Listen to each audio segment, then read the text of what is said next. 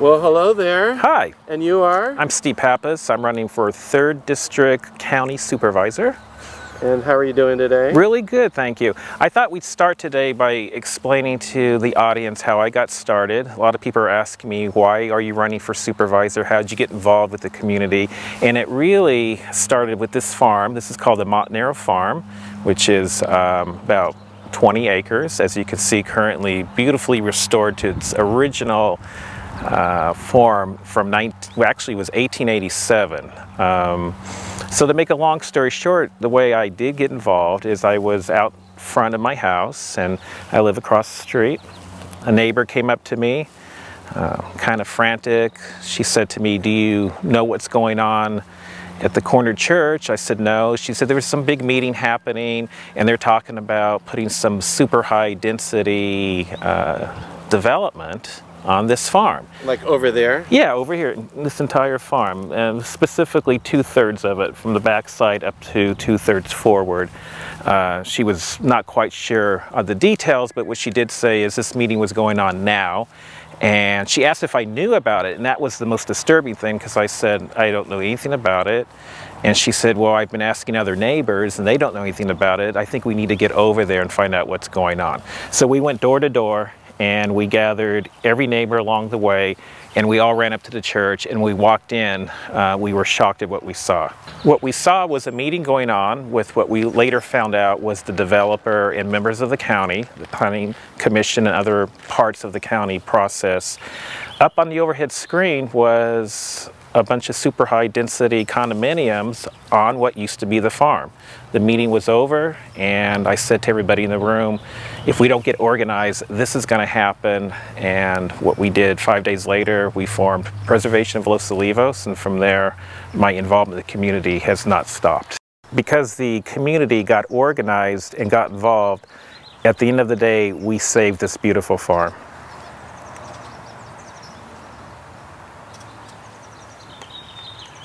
So we're leaving the farm now, and we're coming on to Grand Avenue, and we'll turn left here. This will take us right into downtown Los Olivos, and we're about a half a mile from downtown. As we approach the town, of course you'll continue to see that the farm's the centerpiece of the town and how important it was to save it. And as we get toward the town, again, you'll see the flagpole in the middle, and that's right in the middle of the downtown segment. When we get down here, I think what we'll do is stop at Petro's restaurant, where my 18-year-old son is a busboy, and we'll surprise him. We'll walk in and say hi. Okay, we're recording. So here we are, downtown Los Olivos, and we're at the Petro's restaurant. And this is where my 18-year-old son, Max, works. He's a busser. He's also a senior at the San Ynez High School. So I thought we'd go in and say hi. Let's surprise him. Let's surprise him. So, oh, he's come out. He saw us coming. This is Max. This is my son, Max. Why don't you get in the shade here? Good. So Max, how are you today? Very good. Are you working right now? Yes. Okay, so we won't keep you very long. We don't want you to get fired. Okay. Do they know you're coming out here? Yeah, they know I'm coming. Oh, okay. All right. Just checking in. Good food here? Yes, very good food. All right. Highly recommended. Very good. So Max, senior in high school, is on the varsity tennis team, working here part-time. Dad's going to let him go because he's going to get in trouble. He's got to go help the people. Yeah. Nice to see you, Max. Right. Bye, Max. Funny. So now we're at the Lavinia Campbell Park, and this is again in the core of Los Olivos. You can see how many people are enjoying the park. This park was slated to actually become part of the commercial development, and a commercial building was going to go on top of it. So POLO, which is Preservation of Los Olivos, when I was on the board, the group of us made it a quest, and we actually accomplished it, to save this park. We actually went up and we met with Lavinia Campbell, who was alive at the time, and we collectively raised the money to buy the park from her, and now Preservation of Los Olivos owns the park and maintains it for the enjoyment of the entire public. So now we're at the Los Olivos School, and I served on the school board here from 2004 through 2008.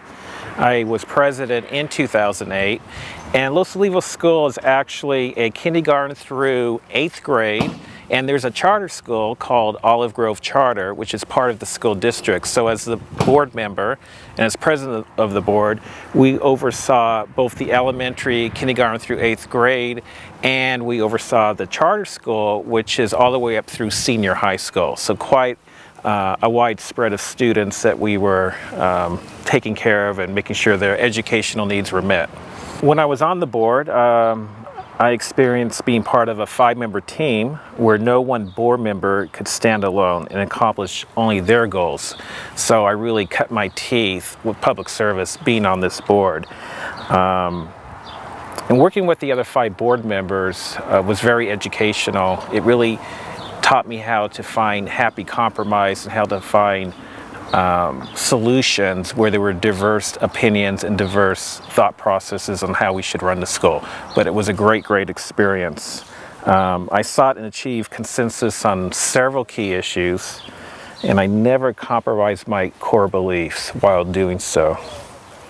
I led the board to adopt a resolution, okay, and this is very important, that insisted on a no deficit spending balanced budget, and we achieved that. And what I want to do is bring that same type of fiscal discipline to the county. So here we are in downtown Los Olivos, and this is Grand Avenue. And over here is where my wife and I have our business office. And what we do, we have a company called Employers Advocate Service. What we do for that service is cost-contained workman's compensation claims. So employers hire us to get involved in their claims when a claim is filed by an employee. Our objective is very simple. We want the process and the system to work the way it was intended. So if the employee is legitimately injured, then what we want to do is get him back to work as soon as possible, get them off the program, get them the help they need, get them the doctor care they need, and get them back to be productive.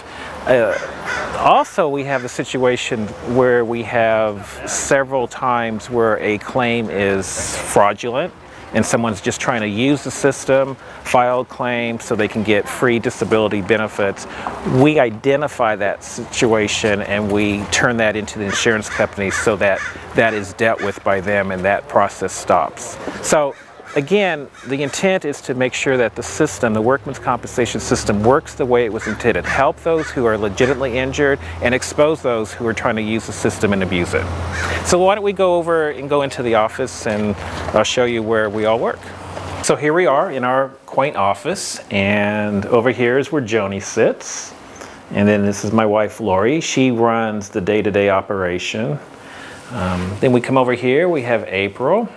And then this is where I sit when I'm in the office. So we're one big happy family. We also have 2 employees that work from home. We've accommodated their schedules. They have children. One has 5, just had a new one.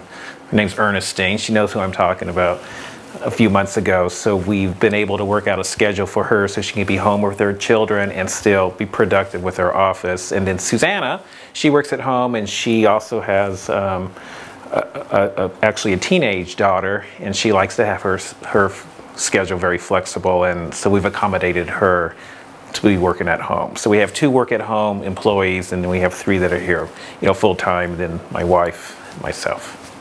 So as a small business owner, and I have been a small business for over 20 years, one of the greatest responsibilities you have is to meet a payroll every week, and my wife and I have done that. We understand and have learned to adapt to, the ever-changing business environment, the economy, and to make sure, our company continues to not just survive, but thrive and grow. And we have successfully been able to do that.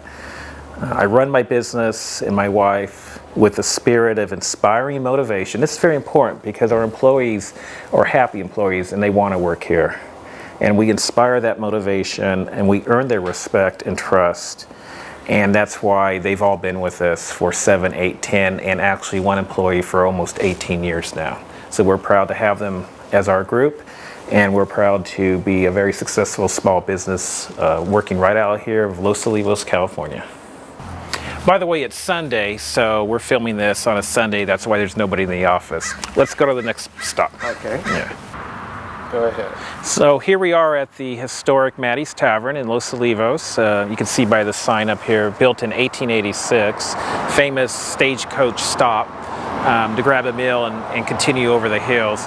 About 4 years ago, somebody bought this tavern, and they've been trying to refurbish it for the last 4.5 years. They came to the community, they talked about what they would like to do.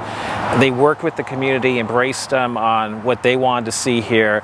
But unfortunately, due to county bureaucracy and politics, what has happened now is the restaurant has gone out of business and it's closed, and we still don't have any planned future for this tavern. So take a look through the window. I think it's very important for people to understand that we can't have this happen. We can't have another Miramar, which is where this is headed. If you look in here, this used to be full of dining room tables, thriving, people having fun, having dinner, and now it's just an empty room and the place is closed. I think if you quickly look over here, you can see the whole historic route sign. It's very cool. Is this a historic building? Actually, this is a historic building. The people that own this building now voluntarily made it a historical landmark, so that's fantastic. But again, here we are, closed, because somehow the county couldn't find a way to work with the owners so that this would never happen. So I wanted to end my segment by showing the audience this beautiful panoramic view of the San Ynez Valley. And as you can see, it's worth for me, it's worth the last 9 years that I've invested trying to save it and preserve it. The Montero Farm, there it is again. This is where on the back side of it, you can see how it's the centerpiece of the town. And what I'm so proud of is the community effort that we've made, that we continue to make, and all different community organizations in the whole county. I applaud them. Be involved, fight for what you believe, and become part of the future of the county. So I want to thank you for sharing your time with me, and you can go to my website to find out more about me at stevepappas.org. And thank you again. Okay, well, good luck to you, Steve. Thank you.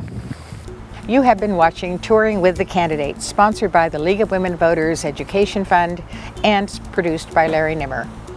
In addition to programs like this, we sponsor forums, and we also offer information online at our website, www.smartvoter.org. All candidates are invited to present their information online at our website. We hope you have enjoyed this program. Remember that you can also vote by mail. For the League of Women Voters, I'm Irene Stone, and we'll see you next time.